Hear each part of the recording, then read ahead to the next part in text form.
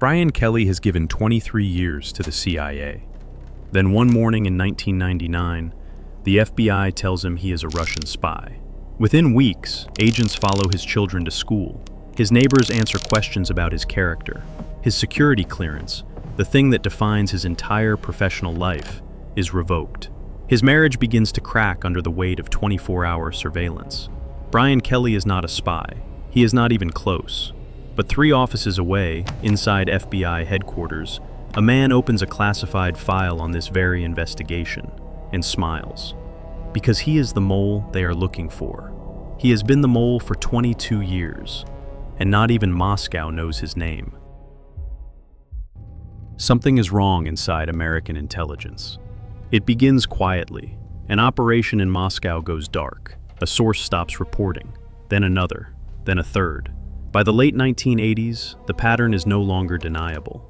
America's most carefully recruited, most deeply embedded intelligence assets, people who risked their lives to pass secrets from inside the Soviet system, are disappearing. Not retiring, not going silent, dying. Dmitry Polyakov is a 2-star general in Soviet military intelligence. For more than 20 years, he feeds the CIA information so valuable that analysts call him the crown jewel, the single most important human source America possesses inside the Soviet machine. He passes intelligence on Soviet weapons programs, military doctrine, the names of Russian agents operating in the West. 20 years of service, 20 years of risk.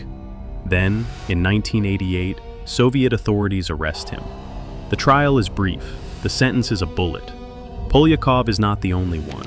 Across the intelligence community, assets vanish. In Moscow, in Eastern Europe, in places the CIA thought were secure. Sources go quiet, then surface in execution reports or prison records. Each loss represents not just a life, but years of painstaking recruitment, trust building, and operational planning. Gone overnight. And then there is the tunnel. For years, the FBI and the NSA have been running one of the most ambitious surveillance operations of the Cold War. A secret tunnel dug beneath the Soviet embassy in Washington, D.C. The project costs hundreds of millions. The engineering alone takes years. The intelligence it yields is considered priceless. One morning, the Soviets neutralize it. Not gradually, not through detection. They know exactly where it is, what it does, and how to shut it down. As if someone handed them the blueprints. Inside FBI and CIA headquarters, the same conclusion forms independently in dozens of minds. Someone with access to the most sensitive programs in American intelligence is feeding everything to Moscow. Not a low-level clerk, not a compromised diplomat. Someone near the top. Someone who can see across agencies, across programs, across decades of classified material. The CIA suspects the FBI. The FBI suspects the CIA. Old institutional distrust, rivalry baked into the architecture of American intelligence since the Cold War began, paralyzes the search before it starts. Each agency protects its own. Each agency points fingers at the other.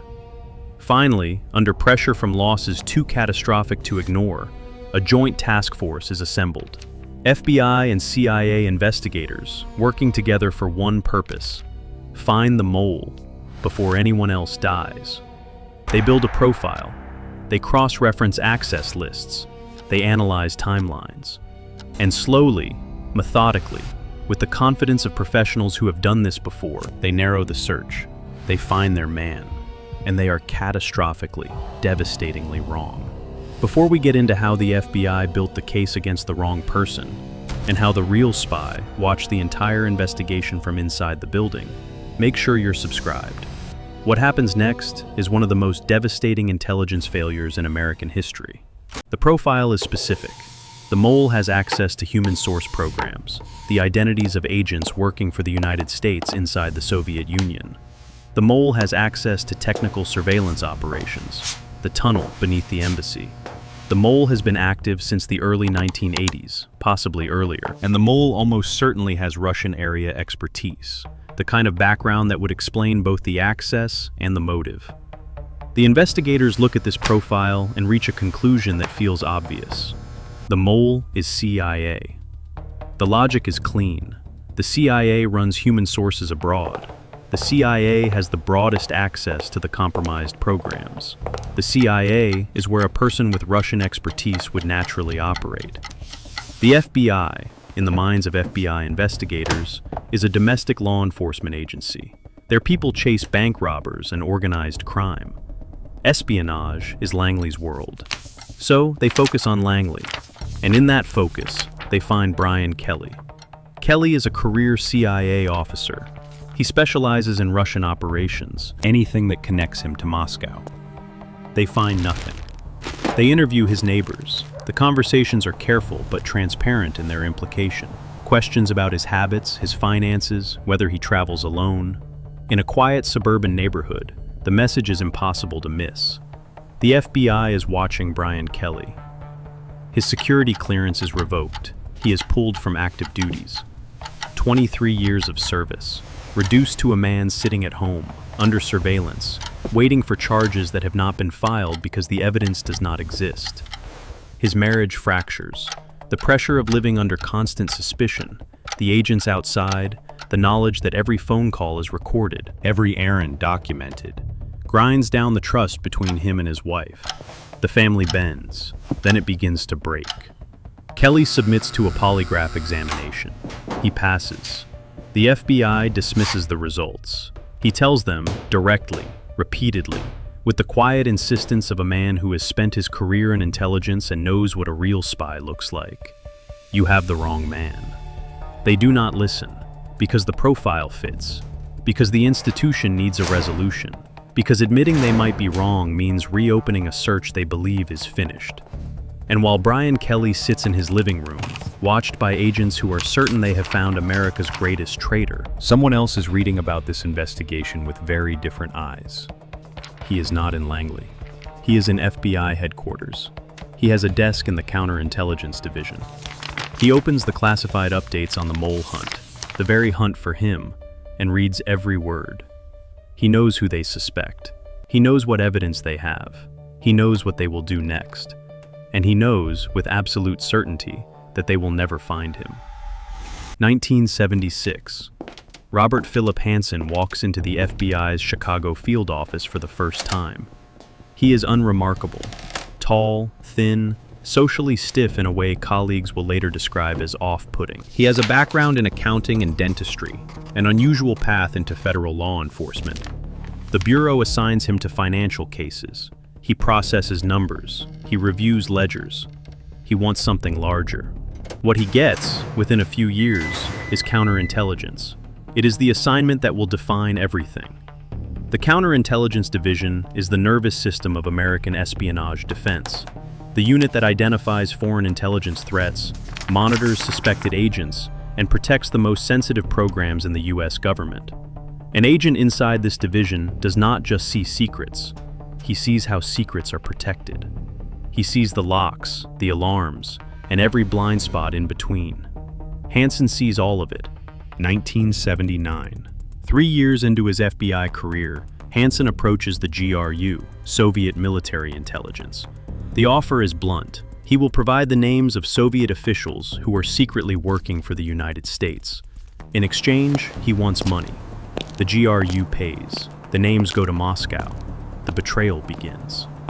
Then, one evening in 1980, his wife Bonnie walks into the basement of their home and finds him at his desk, writing a letter. Not an ordinary letter. She sees enough to understand. The confrontation is immediate. Hanssen does not deny it. He tells her some version of the truth, calibrated to limit the damage. Bonnie is devout. Hanssen is devout. They are members of Opus Dei, the conservative Catholic organization that demands discipline, obedience, and moral rigor. They go to a priest together. Hanssen confesses. The priest advises him to break contact, to donate the money, to stop. Hanssen agrees. He does not stop. There is a pause, a few years of apparent silence. Then, in 1985, Hanssen makes a new contact. Not GRU this time, but the KGB itself. The main directorate, the center of Soviet intelligence. He writes his first letter under a new alias, Ramon Garcia. And this time, the scale of what he offers is staggering. the identity of every significant American intelligence source operating inside the Soviet Union, the FBI's counterintelligence methods, how the Bureau tracks, surveils, and traps foreign agents on U.S. soil, the continuity of government program, classified plans for maintaining the U.S. government during a nuclear war, the existence and operational details of the tunnel beneath the Soviet embassy, all of it, everything he can access, delivered in sealed packages, placed inside garbage bags, left beneath footbridges in the parks of Northern Virginia. Foxstone Park, Nottoway Park, Long Branch Nature Center, quiet suburban spaces where joggers pass and families walk dogs. Hanssen walks these trails in his overcoat, drops the bag, tapes a strip of white adhesive to a signpost, the signal that a dead drop is loaded, and leaves. He never meets his handlers, never makes a phone call, never sends an email. The system is entirely analog: paper, tape, plastic bags, and silence. The KGB, and later the SVR, its post-Soviet successor, pays him more than $1.4 million over the next 15 years. Cash and dead drops, diamonds, a bank account opened in Moscow under his alias. They communicate through his system, on his terms. They call him by his code designation. They never learn his real name. Not his rank, not his department, not whether he works for the FBI or the CIA or the Defense Department. Russia's most valuable intelligence source in America is a voice in sealed envelopes, signed by someone who does not exist. And the secrets he sells have consequences measured in human lives. The information from Hanssen's drops reaches the same desks that ordered Polyakov's arrest. The same desks that identified and eliminated the other American sources who disappeared in the late 1980s. At least 3 people die because of what Robert Hanssen puts in garbage bags beneath the footbridge. He writes to his handlers in one letter, "I am either insanely brave or insanely stupid. I'll let you decide which." The KGB does not care which. They care that his material is real, that his access is extraordinary, and that his system, designed by a man who knows exactly how the FBI catches spies, is flawless. Because Hanssen does not just have access to secrets, he has access to the methods used to protect them. He knows which databases flag suspicious transactions. He knows which communication methods leave traces. He knows the behavioral patterns that trigger counterintelligence reviews. He knows because catching spies is his job. And so, he builds a system that avoids every trap, because he helped design the traps. This is not a man who stumbles into espionage. This is a counterintelligence professional who reverse engineers his own institution's defenses and constructs something the system was never designed to detect. For 15 years, it works perfectly. But what comes next is not about the system. It is about something far worse than a perfect method. The timelines converge in the late 1990s. On one side of the story, Brian Kelly sits under FBI surveillance, stripped of his clearance, his career in ruins, his family cracking under pressure. The Bureau is confident. The profile fits. The investigation continues. On the other side, Robert Hanssen walks into FBI headquarters every morning, hangs his coat, and sits down at his desk in the counterintelligence division. The same building, the same hallways, the same secure networks, and the same classified files.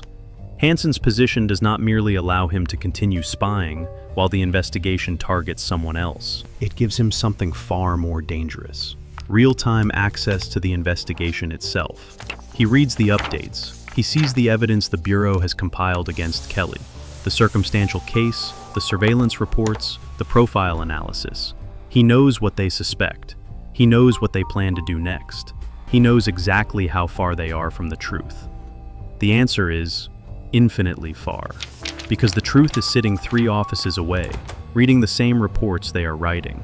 The question that investigators will debate for years after Hanssen's arrest: did he actively steer suspicion toward Kelly? Did he plant suggestions, shape analysis, or subtly redirect the investigation toward the wrong target? The definitive answer remains unclear, but the practical effect is identical. Hanssen's silence, his presence inside the investigation, his access to every classified update, his decision to say nothing while an innocent man's life is systematically dismantled, functions as the most effective cover operation in espionage history. He does not need to frame Brian Kelly. And they do. He merely needs to let the FBI's own institutional biases do the work. And they do. Every morning, Hanssen attends Mass. He prays with the discipline of a man who has organized his entire spiritual life around the structures of Opus Dei: confession, penance, daily devotion. He leads prayer groups. He speaks about moral clarity. He raises 6 children in the Catholic faith. Every afternoon, he checks whether his dead drops have been serviced, whether Moscow has left a response, whether the $1.4 million in accumulated payments is secure. The compartmentalization is absolute, not in the way a skilled liar separates his stories, but in the way a man who has convinced himself that both lives are real moves between them without friction. The devout Catholic and the traitor, the FBI agent and the Russian asset, the father at the dinner table and the man who puts garbage bags under footbridges. There is another dimension, one that surfaces after his arrest and complicates every attempt to draw a clean psychological profile. For years, Hanssen has been sharing intimate photographs and video recordings of his wife Bonnie, taken without her knowledge, with a close friend. The compulsion reveals a pattern. Hanssen does not merely live a double life, he collects them. The boundary between his private world and the world he projects is not a wall, it is a performance. And in the late 1990s, the performance grows bolder. After pausing his espionage activity at various points, once when Bonnie caught him, once when the Soviet Union collapsed and the KGB reorganized into the SVR, Hanssen resumes. Each time he returns, the risks are larger. The dead drops continue, the secrets flow. And the thrill, investigators will later conclude, becomes inseparable from the act itself. He is not spying because he needs the money. He is spying because he needs to prove, over and over, that he is smarter than every system designed to catch him. He was the most dangerous spy this country has ever known, and he was sitting in the office next to ours, reading the same reports we were. The FBI's methods, databases, behavioral profiling, financial sweeps, surveillance, were built to catch outsiders, foreign diplomats who make suspicious contacts, defense contractors with unexplained wealth, intelligence officers whose travel patterns suggest clandestine meetings. They were never built to catch the man who designed them. And so the investigation grinds forward on the wrong track, burning resources, burning an innocent man's career, burning time, while the real spy reads every update and adjusts accordingly. The FBI cannot catch Robert Hanssen using the FBI's own system. Catching him will require something the Bureau never expected: buying the answer from the enemy itself. The break does not come from inside the system, it comes from Russia. Late in the year 2000, American intelligence officers cultivate a relationship with a former KGB official, a man who has access to files from the old directorate, including material so sensitive that even within Russian intelligence, few people know it exists. He is willing to talk. He is willing to defect. And he is willing to sell something priceless. The price is $7 million. What the United States receives in return: a file. Inside it, original correspondence from the mole, letters, instructions, demands, and 2 pieces of physical evidence that no amount of tradecraft can obscure: a voice recording and a fingerprint. Analysts at the FBI play the recording. They compare the voice against known personnel. They run the fingerprint through federal databases. The mole is not Brian Kelly. The mole is Robert Philip Hanssen, 25-year FBI veteran, counterintelligence division, 3 offices away from the team that spent years looking in the wrong direction. The Bureau does not move immediately. They cannot afford to. Hanssen is trained in exactly the methods they would use to surveil a suspect. Any mistake, any detectable anomaly in his environment, and he vanishes, or destroys evidence, or worse. So they design a trap built around trust. Operation Gray Day. The FBI assigns Hanssen a new assistant, a young agent named Eric O'Neill, handpicked not for his experience, but for his ability to perform. O'Neill's job is to work beside Hanssen every day, earn his confidence, and monitor his movements without triggering the instincts of a man who has spent 2 decades evading detection. O'Neill watches. For weeks, he observes the routines, the quiet habits of a man who has done this longer than O'Neill has been in the bureau. The careful patterns, the precise schedules, the overcoat walks. Then, on the afternoon of February 18, 2001, Hanssen makes a dead drop. Foxstone Park, Vienna, Virginia, the same park he has used for years. He steps off the trail, places a black garbage bag beneath a wooden footbridge, presses a strip of white tape to a nearby sign, and turns to walk back to his car. 15 FBI agents step from the tree line. Hanssen does not run.